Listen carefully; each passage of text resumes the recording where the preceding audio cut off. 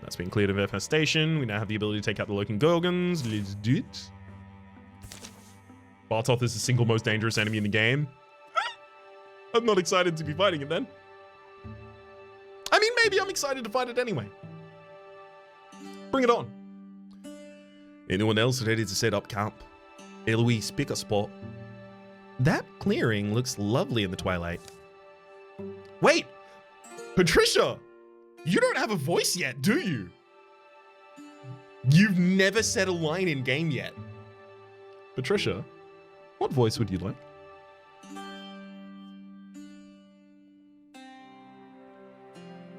If you don't have one in mind, that's totally fine. We can make a choice at a different point in the future.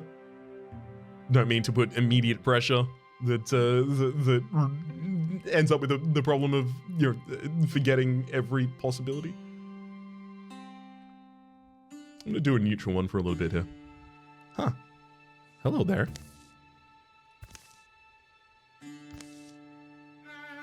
Just an amoeba around here. Same speech pattern, but oh, can you give them Seely's cadence, but like less? Oh. Okay, let's do like a really subtle silly. No one in this game is Kim Kitsuragi at the moment, which would... someone's gonna have to be Kim at some point. I may even just name them Kim Kitsuragi. Everybody saw that, right? Yeah. Good or bad? Does that make it more or less concerning? Just a little Trant in there. I don't know, they seemed harmless. So, camp? After seeing that? Wait. Are you joking? I have trouble telling if Kimura's joking. Yeah, your dad did too. Later. I can't believe he wasn't joking. Fire's done. Aren't you going to sleep? Someone should stay awake in case those green drifters return. Suit yourself.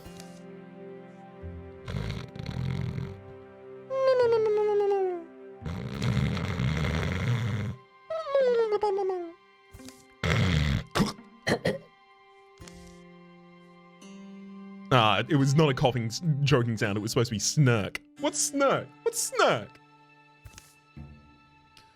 My messengers do not lie.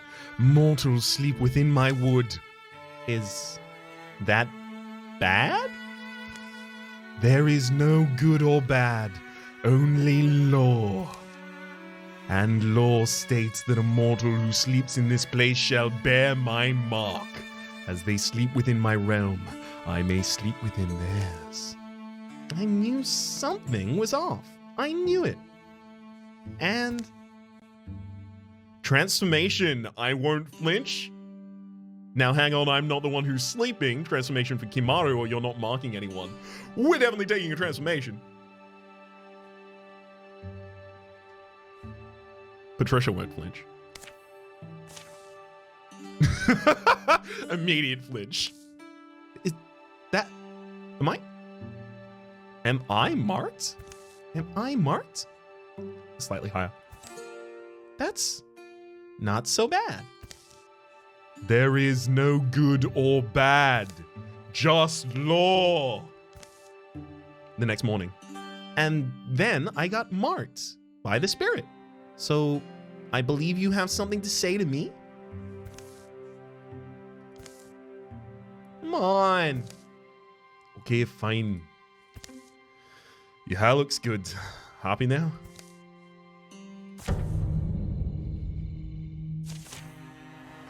Oh no!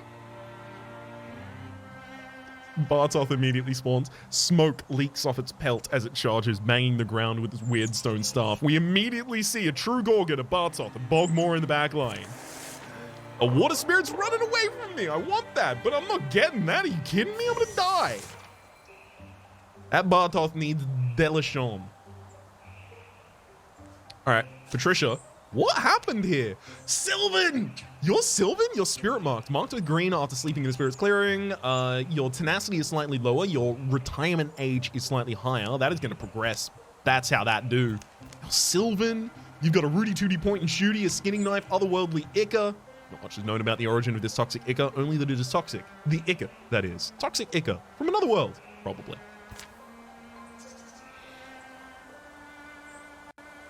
Water stunt proc is amazing, though. I do want it, but I don't want to die. All right, Bartoth, what do you do? Why don't you tell me a bit about that, bud?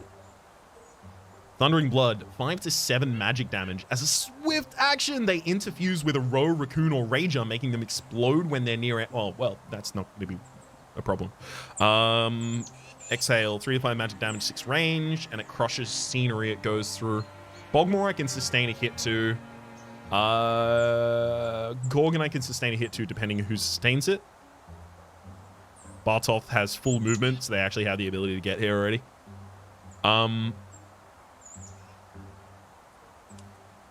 God damn it.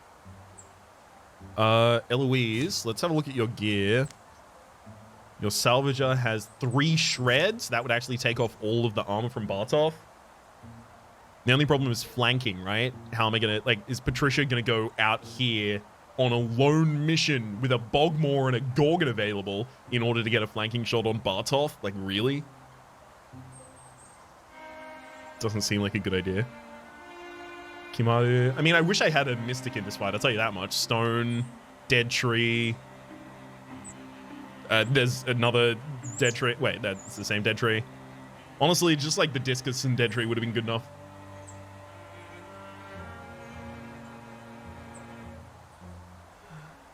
Could go diagonals, but well, who sets up the first shot against Bartoth then? Well, Eloise, yeah, Eloise can only get like next to Bartoth and then attack forward. So Patricia's only ability to flank. That'd be a right angle, right? Would be here.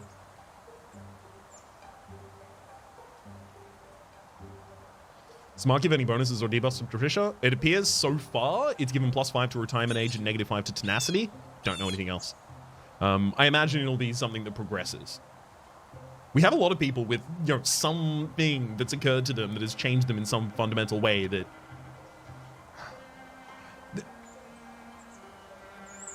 It's weird. This kind of reflects something that, like, a lot of DMs do when, like, a player is starting to become disengaged. They think of, like, some hook to bring that player back in, and sometimes it's, you know, sometimes it's killing the character and then doing interesting things after their death. Sometimes it's like saving the character from their death and then giving them some modifier for the fact that they were saved from their death.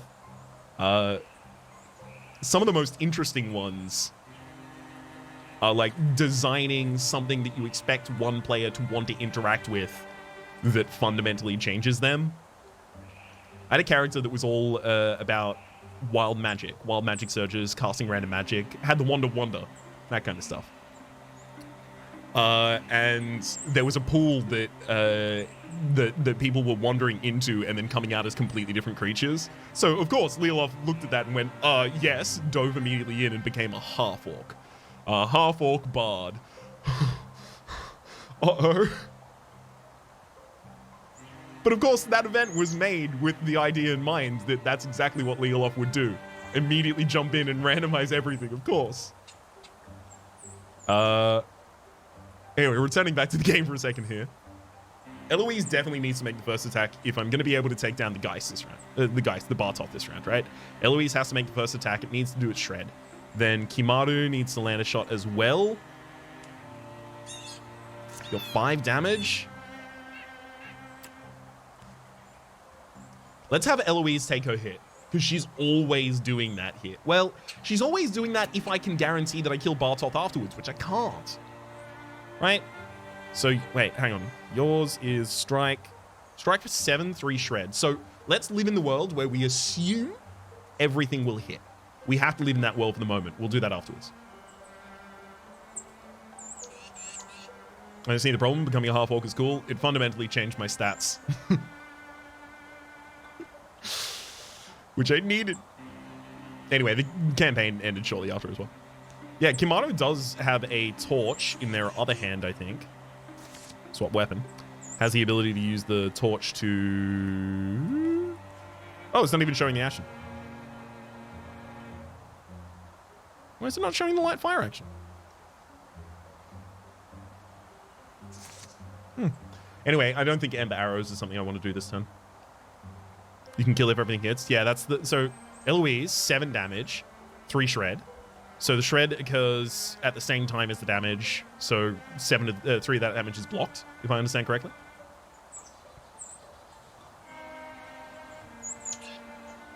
So then I have 4 damage on you. And then we have 5 damage that can be landed by Kimaru. And then Patricia goes out on the side and has this shoot for 5 damage as well. I can take out Bartov, but I put myself in a bad position. I have to do it anyway, though. I don't really get a choice. It is going to require everyone hitting. So 91. Good hit. Oh, wow. You actually... Oh, did you stunt? That's a lot of damage. So Patricia on the diagonal here. So from any of these positions, I have access to the Bartov with a side shot. Kimaru, what's yours? Yeah, it's still 5. I mean, I'm still going to have to commit both actions here because the poison was only 1 damage at the start of the turn, so both of them still have to go out. Only one of them's capable of getting the flank available here, though. Thank you. That 93 means we are now guaranteed to take the Bartov down this round.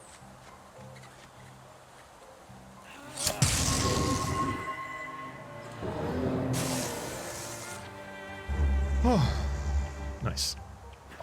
They ran alarm. Pinning Toxin went through to Patricia. That's rough. Though Patricia gets a range attack back. Eloise takes a direct hit. Bogmore sends a ranged attack at Patricia. It looks like it did connect. Patricia gets to take an attack back. Unfortunately, takes cover. Water Spirit starts running even further away. We've got 3 turns left on that.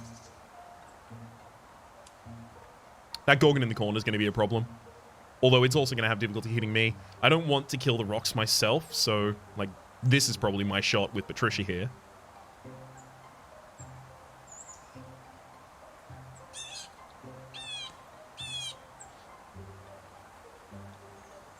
Eloise standing here and settling is actually pretty good.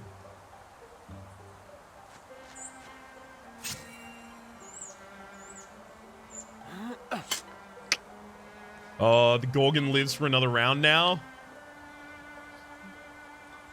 That sucks. I should have fired in the other order. Patricia fires first, guarantees Kimaru gets 100% accuracy. That's my bad. If I end up losing someone on this, that's like exclusively my fault. I mean, it was going to be my fault anyway, right? I'm playing. Oh, I mean, look, that's a fine pin, but that's a free action, but we get the response.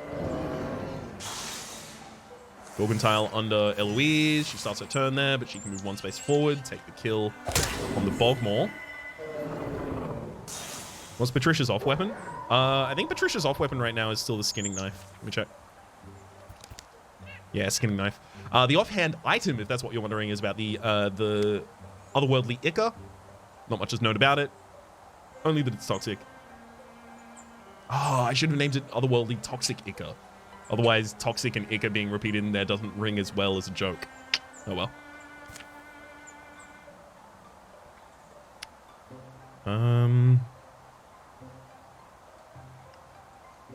One thing I should also check is Patricia. Your Rudy Tooty point and shooty has no modifier. Hey, Patricia, do you want a water crossbow? I think you might want a water crossbow. You ever thought about maybe having a water crossbow though? Don't want to open that door just yet. Apply weapon. Poison is yeah. Swift action. May as well do it. I suspect she wants a water crossbow. That makes sense. Oh, we're pinned, so we can't move. Well, I guess I'll set up one of those bad boys up there. Is it pronounced Ichor or Ichor? I never know. Ichor.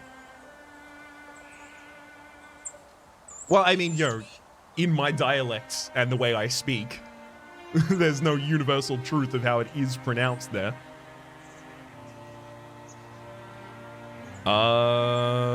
Silk Step. Could I have Silk Step through the door?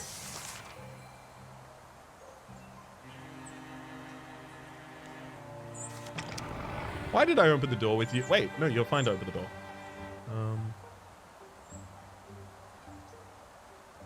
I'm not seeing the watery friend. I didn't take too many turns, did I? There it is. Get it.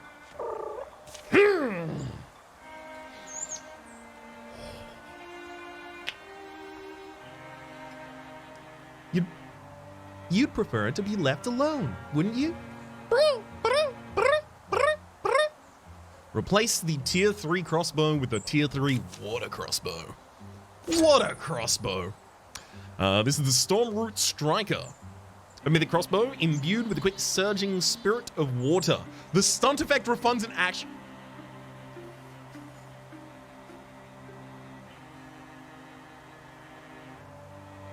Holy shit. I mean, we absolutely still have to name this the Rudy Tooty Point and Shooty.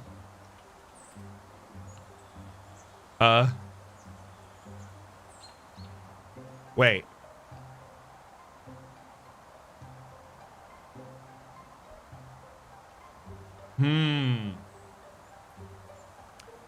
I don't want to include Stormroot. I just want to water flavor the Rudy Tooty Point and Shooty, right?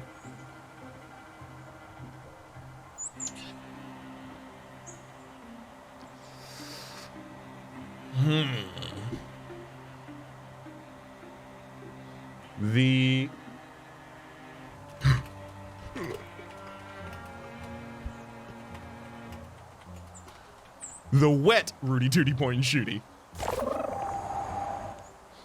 The splishy, splashy, squish, and sleepy. I do actually like that. The Rudy Tooty Water Shooty. Oh! The Rudy Tooty Water Shooty. Oh, I really like that as well. Oh, why are you all so much more creative than me? It's not fair. All right. So that's not the end of the match though, right? We had a true Gorgon.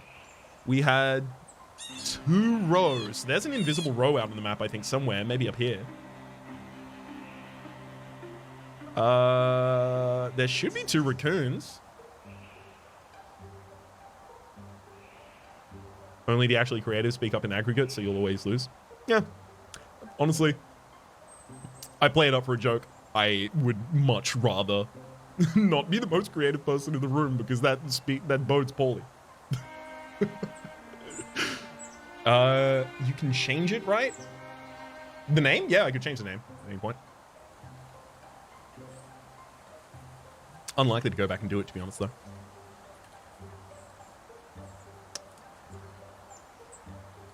All right, let's have a look at Kimato's available actions. You can't do anything. I mean, I can set myself up to be able to provide an ambush to a target. Not a bad way to go about it. Locks in that raccoon a little bit. The problem is I don't know if I... Wait, I do know if I need to lock in the raccoon. Because Patricia has already taken the turn this round.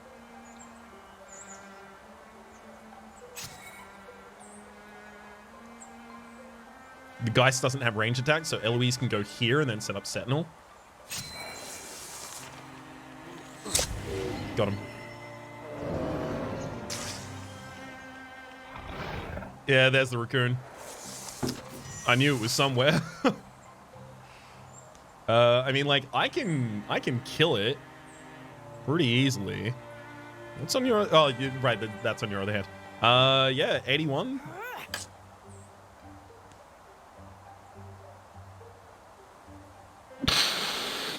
No! No! That's not how that's supposed to go. I mean, the raccoon can only do ranged attacks, right? So I'll respond and kill it. Well, look, that's how 81s happen. You know what I need to do? I need to engage my XCOM brain, because I'm not engaging my XCOM brain right now. I'm engaging my D&D brain. And they're opposite halves of my brain, frankly. Like, in XCOM, I would have seen that move and gone, well, that's an 81. That is a 1 in 5 to fail and then possibly lose the character. There's no way you're making me do that. In D&D, I'm like, my best character, possible lethal on a 1 in 5, do it. Do it.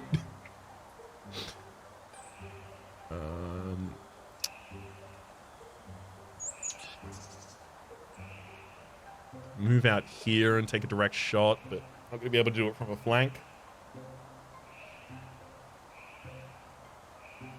Oh, I could do it from a flank as well. Eloise.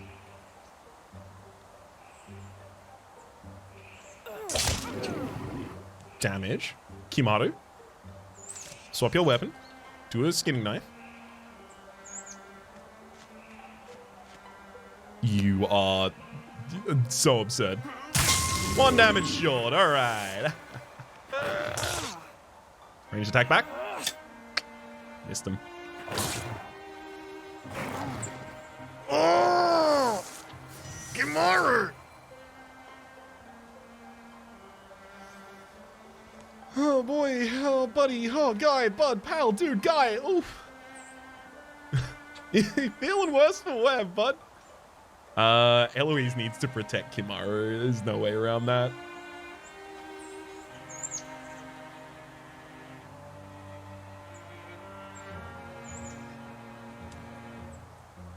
Patricia, I would love for you to get that action, but I can't guarantee it.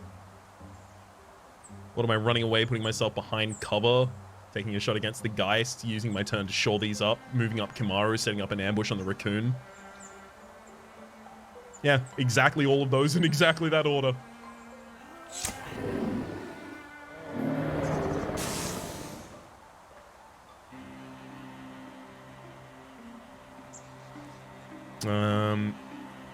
Kimaru over here. Swap your weapon, set up your ambush as far up as you can. And then Eloise, you're going to move here. Actually, there? You may need to move one further up. Because your range is 6. So 6 tiles from here. 1, 2, 3, 4, 5, 6. Yeah, I need to stand here and then set up Sentinel. You can attack on hardcover or you can die. They've elected to die.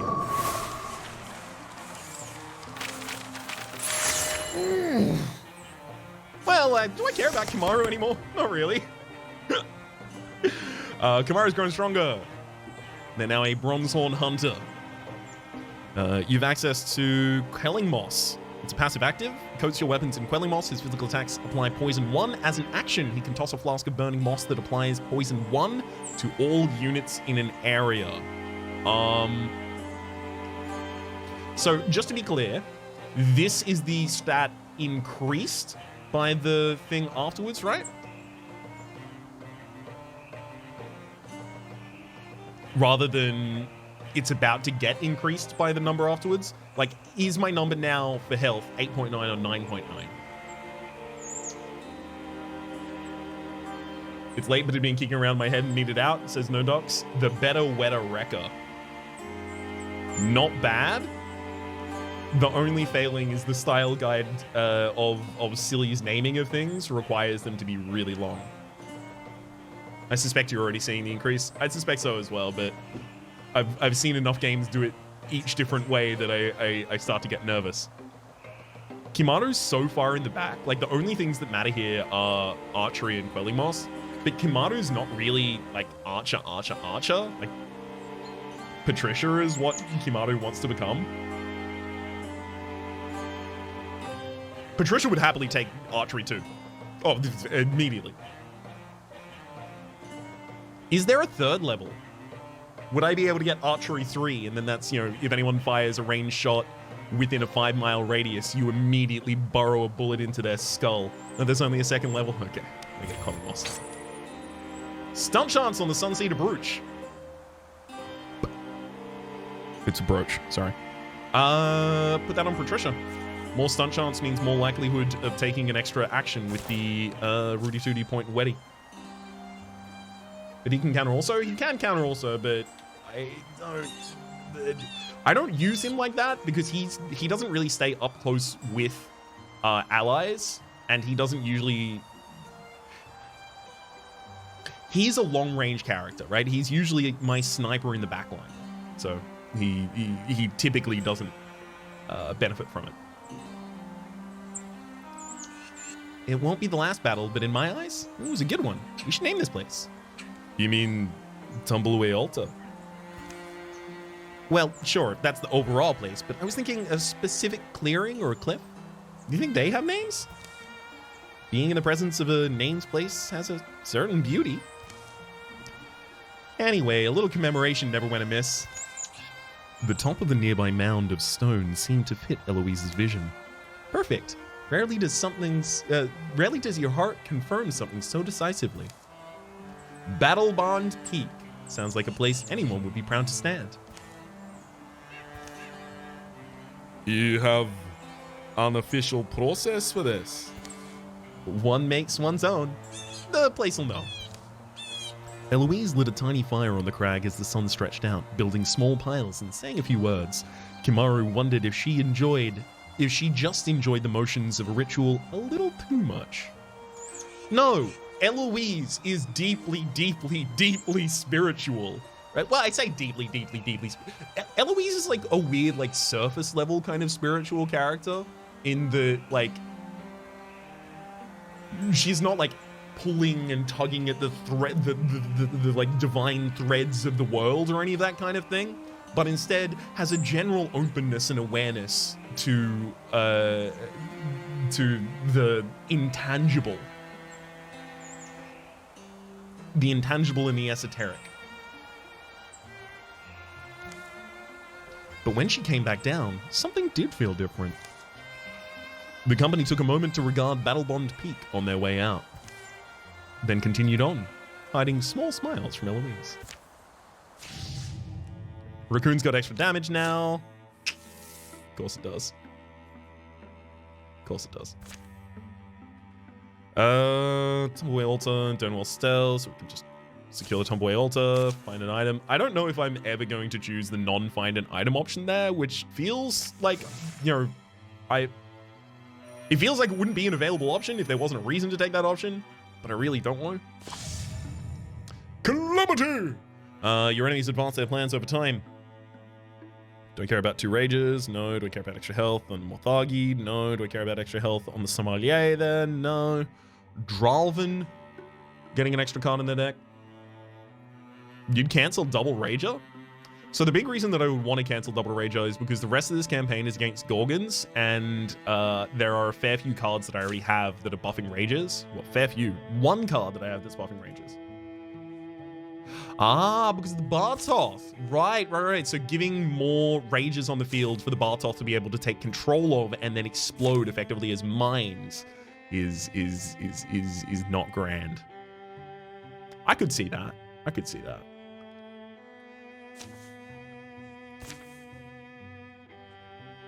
Fine. I'll cancel that one. I don't care about the others, though. Sommelier and Spectix are both extra armor and extra damage or health. It's fine. Don't really fight too many of them either. So this is just continue. Everyone's kind of still in action. Donewell Stell. We've picked that up. Hired Ingot and a Spell Thread. Gravel Pelt Cloak. Gravel Pelt, sorry, Cloak. 0.5 armor. I mean, the person who really stands out front and wants to be hit constantly is like, please just absolutely attack me, is David Thornleaf. Eloise already has not an armor modification, but a block modification. But David cares more about block than he actually cares about armor. Maybe it's Patricia.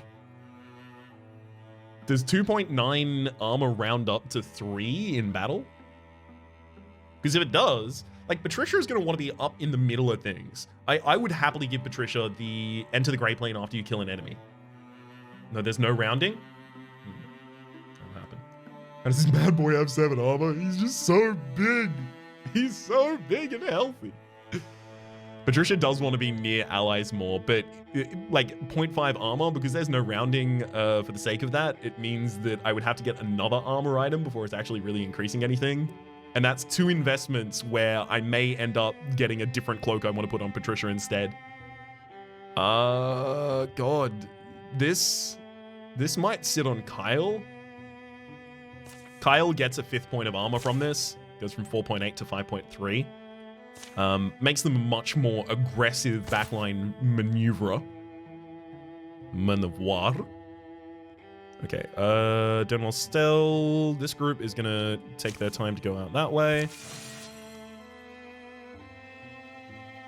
Get the scout open. Tumbleweed Altar has been knowledge gained, hide and spell thread, and we also get the Sash of Rhythm for 0.7 speed. Oh, Sash of Rhythm for 0.7 speed. So Thornleaf cares about his positioning a lot. That will get him a 4th movement. Eloise cares about her positioning a lot, and she has really felt the limitations of only having 4 movement versus the 5. Kimaru doesn't really care about it. Kyle already has one for stunt chancing instead, although that would get you a 6th movement. Patricia could get to 6.2.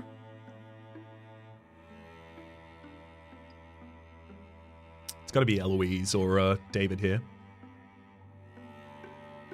David's very slow for a character that wants to stand in the front line and take all of the hits. Yeah, he's so slow. Let's give him a Sash of Rhythm. Is everyone committing an action at the moment? No. Let's move up to Old Wyke, and then we'll create a pass through the mountain ranges. Yeah. We'll also recruit while we're there. The new recruit is Rodden, a decisive romantic. I really wish I could, at this point, really quickly check the rest of my party, because I am trying to just have them have, you know, unique kind of things. Let's balance our party. We've got 4 guys, 2 ladies. Bookish leader, Sarkin? No. Well, maybe I do want a 2nd leader. Not you, though. Whoa, Mulvathine. You're a coward. No. Grannon's an aloof peacemaker. Who am I other? Was David aloof? No, David wasn't aloof. He was a hothead of some kind, if I recall correctly. Romantic loner. Cowardly poet. Romantic poet Yagin. Glenn. Poetical hothead in Koyin. No. Ooh, hot-headed leader. Pale. What is Patricia's history? Patricia is the child of Silly Pseudonym, our mystic. A hot-headed leader mystic? That doesn't seem like correct. We're not going to roll forever, but we will. A romantic goofball who's a mystic in the backline? Maybe I go for a completely different mystic build. I like this. Nelidia, join our cause. However, I will have to change your Nelidia Bruce. There's an old sketch in Monty Python's Flying Circus. So the sketch TV show they did for a while. And it's about a sort of school or an outback center of some kind. It's a facility of some kind in the outback in Australia. And the point of the whole sketch is a Englishman, I think his name is Michael, comes in. Like, I haven't seen the sketch in a very long time. I've just talked about the sketch a lot. An Englishman named Michael comes in and is just, you know, getting to meet everyone, and John Cleese's character introduces and goes, "All right, Michael, that's Bruce. That's Bruce. There's Bruce. Bruce is over there up in the back, and my name's Bruce. Now, Michael, mind if we call you Bruce to save the hassle?"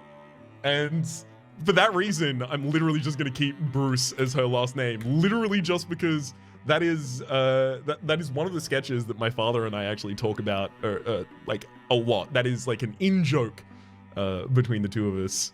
I guess at this point it's an in-joke because it's a very often referenced thing. I just like it. It strikes me well. Bruce is their last name, definitely.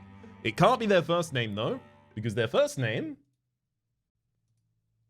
Give me a moment. Their first name No, that doesn't fit. Oh. Willow Bruce. And every single person that we add to our party is gay. Just across the board. Willow Bruce, the romantic goofball. Oh god, we're gonna need another Willow as well. I always think of Australia when I hear the name Bruce because that sketch, it's deeply influential. It's good. Willow!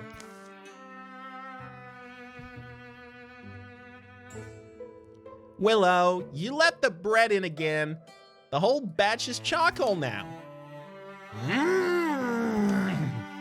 Don't bother coming in tomorrow. We're done with this. I have more than paid the favor I owed your aunt, and I have problem with it. You need to be a patron to get your name in the game. Well, it's yes. The names are pulled from the fourth wall tier over on the Republic Patron. Patreon.com/RhapsodyPlays, !patron in chat if you're looking for it. Otherwise, it's in the description below if you're looking on YouTube. I don't have a voice for her. I'm really, really, really bad with women's voices. I'm not good at it. Of like 3. You're old lady, young lady, and middle-aged lady. That's about all I have. I wasn't excited about being a baker anyway. It's not for everyone. I mean, it's just like, sheesh. I know I burned through more jobs than I care to admit. Like, what? Gardening was a bust. I could keep the rabbits away, but the plants didn't care. And Smith said I was all spark and no bellows, whatever that means. And weaving, let's just say they cut me loose. So, not to sound rude, but what are you good at? I can fight, but nobody needs bodyguards in Old White right now, and I'm not going to swagger out of the town going looking for trouble by myself. The way that I usually treat it if I don't have another voice is I just try and pick a new cadence for them, and that's I guess she's, you know, one of the tongue-trippingly kind of characters. Then how about swaggering out of town with the Rapscallions? We could use another set of hands. Trade wheels are mystic. Oh, we don't immediately get something from that? Oh no, because we have to actually prepare her. Got it. Okay, Funny Snake has been revealed. Again, we'll go for the patrol in this area. I'm happy to take a little slower to do that, because we're kind of handing you the infection over in this area right now. Like, this is mainly quarantined the rest of the map. Like, sure, it's underwater, but it's quarantined. Underwater.